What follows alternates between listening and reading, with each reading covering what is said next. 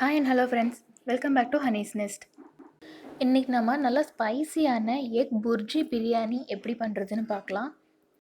நார்மலாக நீங்கள் எக் பிரியாணி செஞ்சு சாப்பிட்றத விடவே டேஸ்ட் நல்லாயிருக்கும். வாங்க இதை எப்படி செய்கிறதுன்றது ரெசிபியை பார்க்கலாம். ஃபஸ்ட் குக்கர் வச்சுட்டு எண்ணெய் 2 ஸ்பூன், நெய் 2 ஸ்பூன் நல்லா சூடானதையும் 2 துண்டு பட்டை, 2 கிராம்பு, பிரியாணி இலை, கொஞ்சமாக சீரகம் போட்டுட்டு 2 பெரிய வெங்காயத்தை நல்லா ஸ்லைஸ் பண்ணி எடுத்துக்கலாம்.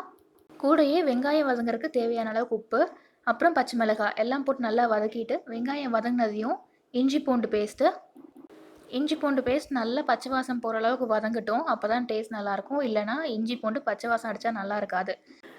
இஞ்சி பூண்டு நல்லா வதங்கினதுக்கப்புறம் 2 பெரிய தக்காளி, கொஞ்சம் கொத்தமல்லி ரெண்டையும் போட்டு நல்லா வதக்கிக்கலாம். தக்காளி நல்லா வதங்கினதுக்கப்புறம் நான் 3 முட்டையை உடச்சி ஊற்றிருக்கேன்.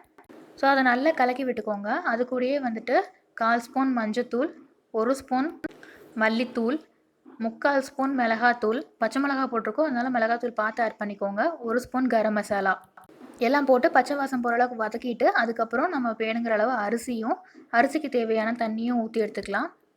இப்போ தண்ணி ஒரு கொதி வரும்போது வேக வச்ச முட்டையை சும்மா லைட்டாக கத்தி வச்சு ஒரு 4 கீரல் போட்டுக்கோங்க. அப்போ தான் மசாலா உள்ளே இறங்கும். ஸோ கீரல் போட்டு எடுத்துக்கிட்டு அதையும் குக்கருக்குள்ளே போட்டு உப்பு காரம் பார்த்துட்டு நம்ம குக்கர் மூடி 3 விசில் விட்டு எடுத்துக்கலாம்.